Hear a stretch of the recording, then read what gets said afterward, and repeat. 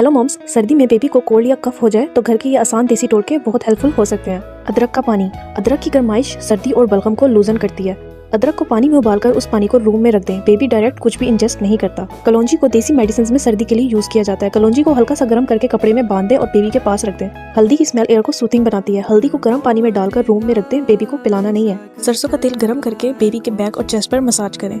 1 साल से छोटे बेबी को डॉक्टर के मशवरे के बगैर शहद, अदरक का रस, काली मिर्च या कोई चीज डायरेक्टली खिलाना बिल्कुल मना है। मॉम्स, देसी टोटके स्पोर्ट के लिए होते हैं लेकिन दवाई का रिप्लेसमेंट नहीं। अगर बेबी को फीवर ज्यादा हो, सांस तेज हो या फीडिंग कम हो जाए तो डॉक्टर को जरूर दिखाएं।